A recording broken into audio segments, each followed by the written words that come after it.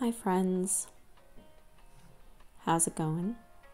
I have a Draw This in Your Style here for you guys today, and it's been a while since I did a Draw This in Your Style, let alone a traditional one. And there was a part of me that really wanted to do it in watercolor. This, as you will see as we go through it, I didn't really do watercolor, purely watercolor. I actually ended up using a magenta ink to line my sketch. Looking back at it, I wish I had used something thinner to line the work with, but this is the first time I used ink this way. The ink is waterproof once it's dry. It's actually a Dr. Martens ink. So if you do want to use these materials for your own work in the future, make sure you use an ink that is waterproof if you're putting it down before the watercolors, because if you put that ink down, even if you let it dry and it's not waterproof, the water from the watercolors is going to mess it up. And regardless of whether it's waterproof or not, make sure it's dry before you put watercolor down, because again, it's going to mess up the line work. So just an FYI for you guys. If I could do this piece over, though, I don't think I would have used the ink. I know I said I should have done it thinner, but I think even before that, I probably shouldn't have used it. I probably would have done a cleaner sketch in pink or red colored pencil before using the watercolors, and that would have just been it. So perhaps I'll do that in the future for another piece, but it's just something self-critique I'm giving to myself. And that sounded rather redundant. I'm sorry. I am recording this at 11:36 p.m. on Friday because that's the time I had to do this. So, and I did kind of write out a script for myself because I just find these things go much smoother when I do that. And I also wanted to make sure I got all my thoughts down. So if it sounds a little scripty, that's because it is scripted. But I'm trying to not say exactly what I wrote so it sounds more like I'm talking to you guys, because eventually I would like it to be at a place where I'm doing that. I'm just not comfortable with voiceovers yet, because it just feels weird. This isn't something we normally do. We don't normally talk to the void because there's no one here. It's just me in my room. But as I'm going to talk about extensively in this video, it's okay that I'm uncomfortable, and it's even better that I'm pushing through that uncomfortableness. So that being said, I want to start to segue into the topic of this video. And in order to do that, I also kind of have to talk about how my mindset shifted back and forth during this piece. This Draw This in Your Style is also this week's Draw This in Your Style segment at the end of this video. So all the information about this challenge will be there if you're interested, and the link will be in the description box to the artist's post. The original piece, created by Nomi, and I'm so sorry if I don't pronounce that right, also known as Nozomiu, which I also apologize if I didn't pronounce that right, on Instagram. It's done beautifully. It's done digitally, and because that is what I am more comfortable with compared to traditional media, the whole time I was doing this piece, and even before I started it, a voice in my head kept pushing me towards also doing it digitally. It was saying things like, this won't look good if you do it traditionally. Traditional art is not your forte. Your digital art is more shareable.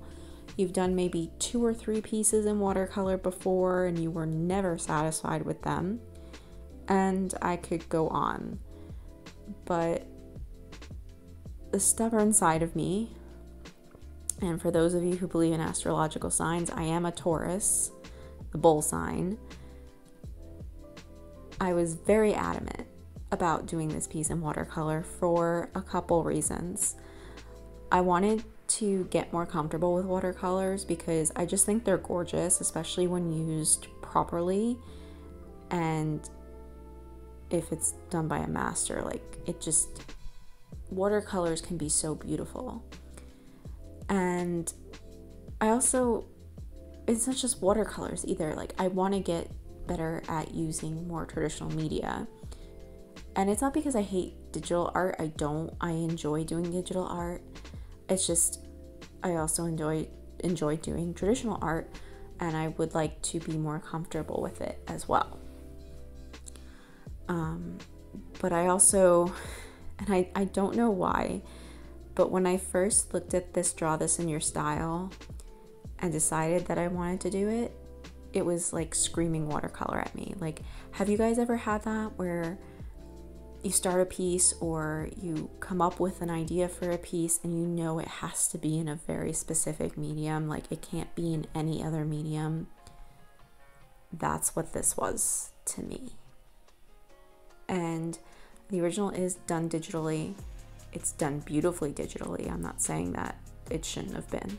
It's just, for me, doing this piece in my style, I wanted to do it traditionally. So it would be done in watercolor. And let me tell you, it was not an easy process. There were times I really enjoyed it. I had moments where I thought what I laid down on the paper was absolutely gorgeous, but they were almost always followed by moments of uncertainty or disdain. I even remember regretting not just doing it digitally. In the video, you may be able to tell that I did this over 2 days. And when I say days, I mean at night. 2 nights. The sketch was done the first day, followed by the inking and watercolor the next. And I couldn't wait for it to be over. I just wanted to be done with this piece because my mind was constantly at war with itself. You know, the half of me that was like, I don't want to do this. We should just done it digitally. And then there's the half of me that just wanted to push through and finish this piece and find some way to enjoy it. And as I said, there were moments where I was having fun, but there were still moments where I just didn't know what I was doing and I was not okay with it. In retrospect, though, that's not how I feel now. My view on this piece is much more positive as I watched back this footage and recorded this voiceover. And that doesn't mean that I don't acknowledge my shortcomings. The work has a lot of mistakes, a lot, but there's a reason why I'm okay with them. And this is where we're getting into the main topic of the video. That thing that made me okay with it is called an FFT, also known by the more kid-friendly term TFT. I will be using the latter in this video, but I assume you can guess what the first F stands for in FFT once I explain what a TFT is. The concept of a TFT, which stands for Terrible First Time, was first introduced to me on the Unlocking Us podcast. Now, something you guys should know about me is that while I am on an artistic journey, I am also on a much harder journey involving mental health and trying to become the best version of myself as I can be. I got into self-help books many years ago, which then led me into enjoying anything that has to do with behavioral science and emotional intelligence. There are topics that I am very passionate about within these, I guess, overarching genres of nonfiction. and I've only become more interested in them since starting therapy. The Unlocking Us podcast is hosted by Brene Brown, a research professor at the University of Houston and author of Atlas of the Heart. She has studied a lot about human emotions and what drives them. I cannot recommend her podcast or her book enough, so I have links to both in the description box if you're interested.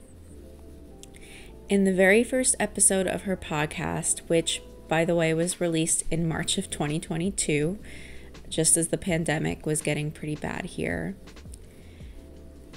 And she introduced the concept of the FFT or TFT, terrible first time. The terrible first time is a concept that all of us are probably very familiar with. It's those crappy feelings we get when we do something for the first time. And that's what I was doing here with this painting. This video documents a TFT for me. Watercolors are not something I do often, and even when it comes to being an artist and this channel, in the grand scheme of things, I'm still very much a beginner. This is all new for me. And I don't know about you, but I'm one of those people that thinks that despite the fact I'm not used to doing this, or that it is the very first time I am painting this specific subject in a medium I am not comfortable in, I still somehow expect myself to figure it out and paint something worthy of being in a museum, or at least in a frame in my home. And that's silly. It's silly because I'm a beginner and I don't use watercolors often. This is also my first time painting this, and it's a draw this in your style, so of course I'm not going to hang it up in my house. I mean, that's not necessarily true. I could probably hang it up in my house if I really wanted to, but that's besides the fact. And of course, in the end, I was disappointed when I finished this piece. When I peeled off that tape, after I decided I was done with it, I couldn't understand why I hadn't really enjoyed myself or why I wasn't happy with the results. I hadn't yet listened to Brene's podcast, so that's probably why I didn't understand. When she talks about the TFT, Brene likes to talk about research and data, which is something I love to hear, because if you can back up what you're saying with case studies or randomized data that you gathered from multiple studies, there's a word for it and it's completely escaping me, but there's a word for that, then I'm all for it. Despite the common belief that giving a name to something means giving it power over us, according to Brene, our research tells us that the opposite occurs. Giving name to something that's bothering us or that is scary actually takes an element of the unknown away from it. Oh, we know what that is. It's a TFT. No wonder I'm feeling nervous or uncomfortable. That's normal in a TFT. So that's step 1, naming it.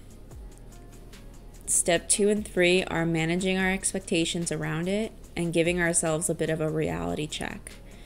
For me, if I realized that this painting was a TFT while I was creating it, that would mean taking a moment to sit and really think about what that means.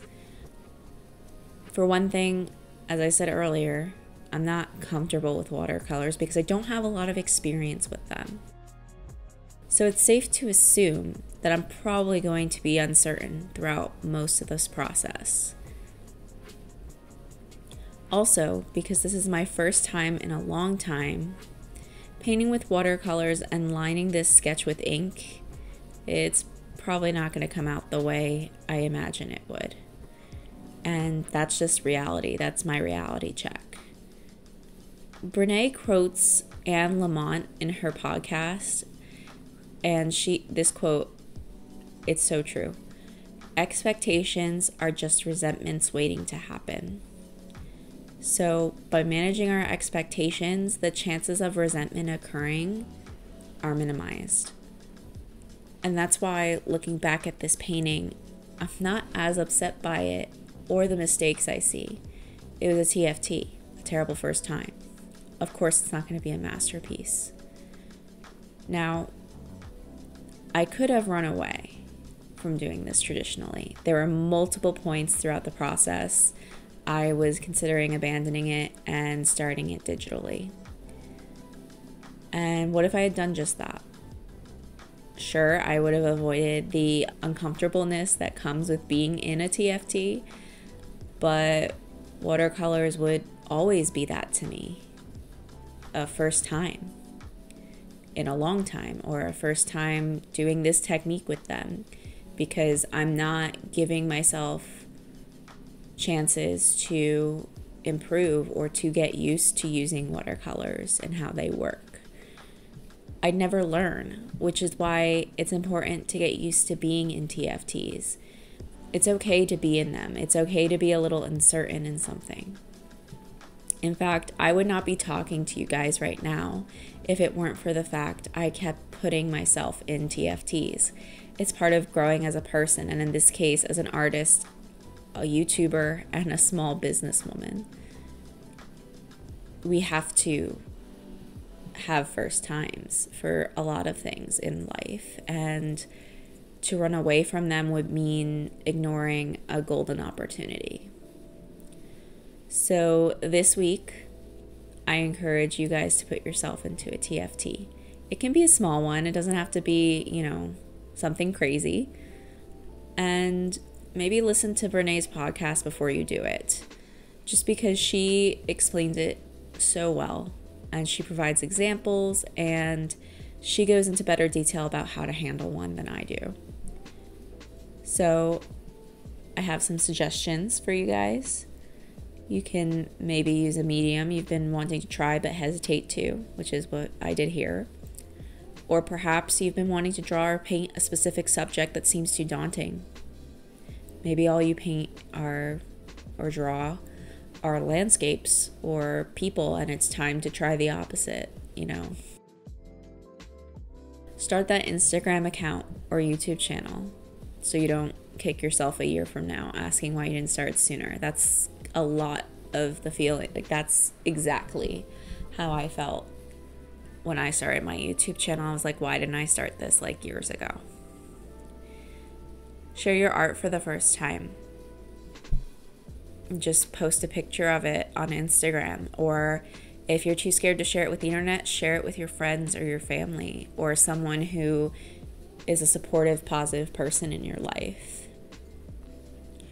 Advertise for that first commission, or start opening that shop of yours, planning to, or design that first product. I think it's just, it's a great, it not only does it open an opportunity for you to learn how to do something, it also opens other opportunities, other first times to go into. So I guess what I'm saying is, guys, it's okay to be a little uncomfortable. It's okay to not be happy with your results. It's okay to go in expecting your results not to be all that great, because it's a learning process. Whenever you do something for the first time, you're going to make mistakes. And that's something I'm still learning, because as an artist, especially if you want to improve, you have to acknowledge that not every piece of art you're going to make is going to be awesome.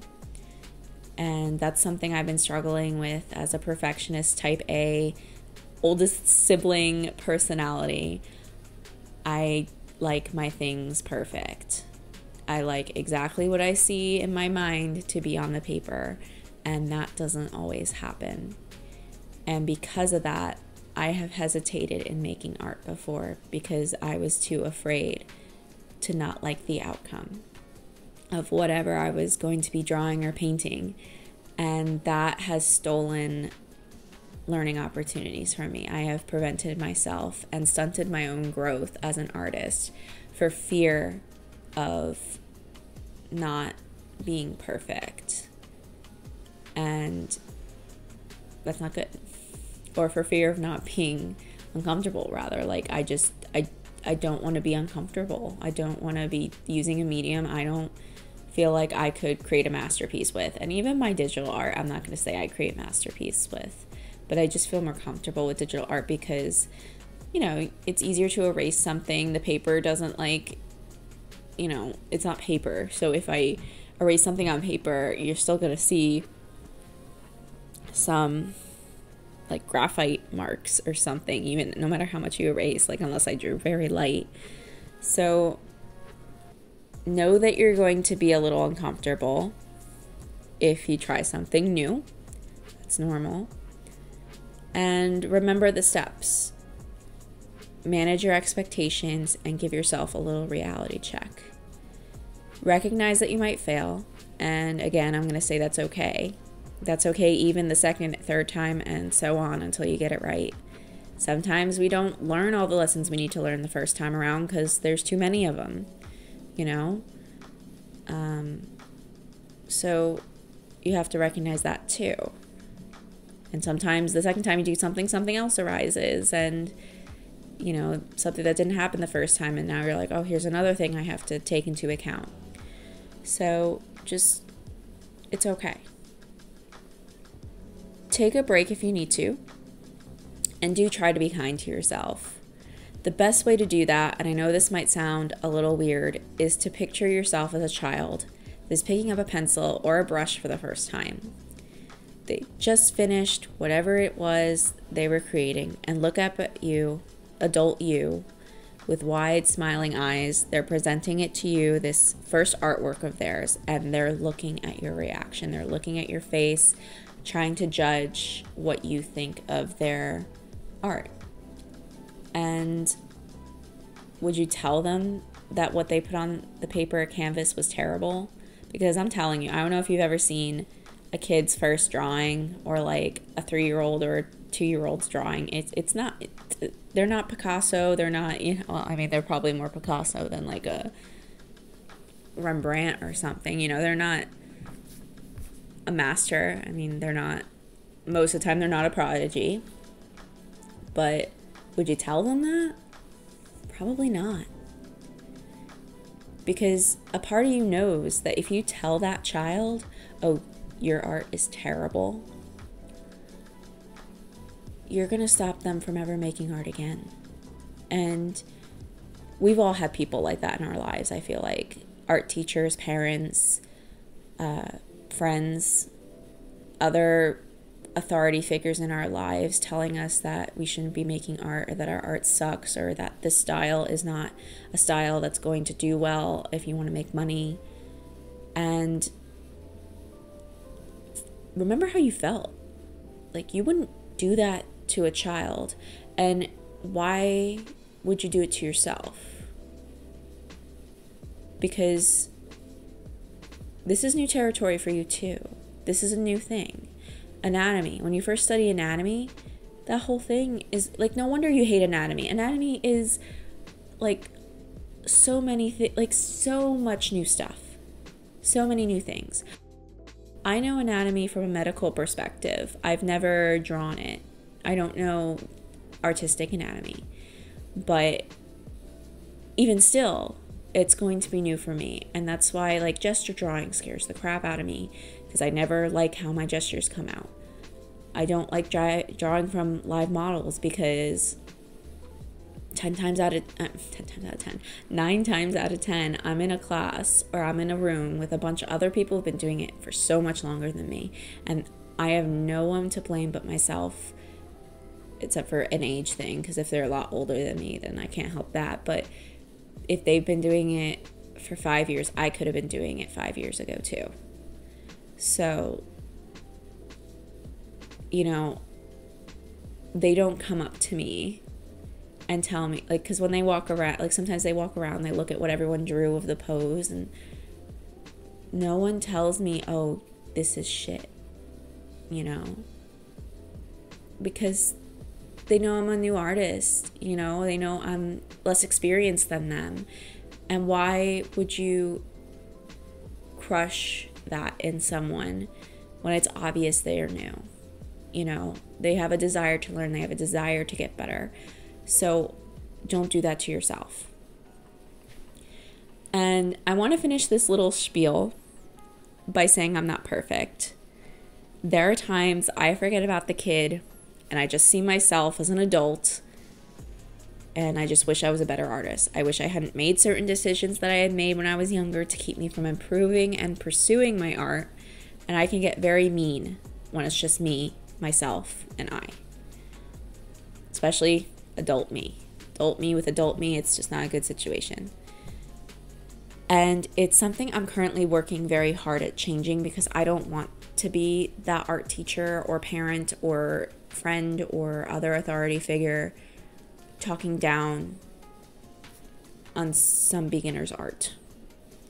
I don't want to be my own bully, because there is a difference between being a person who's self-critiquing and just being downright cruel. So treat the artist in you the way you would want someone else to, with kindness, as much as you can. I know you're going to slip up. I slip up all the time. It's fine. But just acknowledge that, okay, next time I got to be a little bit kinder to myself. And I know today's topic was a bit serious. It's something I'm very passionate about, and I would like to talk more about the things I learn about human behavior, emotions, thoughts, things I learn in therapy. I just think, too, it's also very important for us as a society to know these things. There's so much that we are not taught, or that is still unknown when it comes to these topics. And I honestly believe knowledge is one of the best tools you could arm yourself with in this life, especially in the world we live in. And if you guys find this fascinating, please give this video a like to let me know, and perhaps tell me your own thoughts down in the comments section. If you haven't already found out or can tell, I'm a real nerd about this stuff, and I'd love to chat. If you're new here, do consider subscribing to the channel. I post a video every Sunday with shorts twice a week. If you ring that little bell, you'll be notified every time I do post something. As for this piece, it will be on my Instagram later this week. And the Draw This in Your Style challenge is still going on. As I said earlier in the video, more information will be at the end of this video, and a link to the post will be in the description box, as well as links to Brene's book and podcast. Another thing I would like to ask you guys to do for me would be to check out the Google form I posted about the artist app my brother is trying to create for us. We made a video talking about it, which I will have a link down below as well as in the corner here, but we've only had one response so far. The survey only takes 5 to 10 minutes. The link is also in the description box, so please, if you really want this to happen, spare us that time. And thank you in advance. Thank you for watching this video. I hope you enjoyed it. I hope that what we talked about helps you in some way or inspires you in some way, and you feel ready to conquer your next TFT. Remember, I challenged you to do at least a small one. And have a great week, guys. See you next Sunday.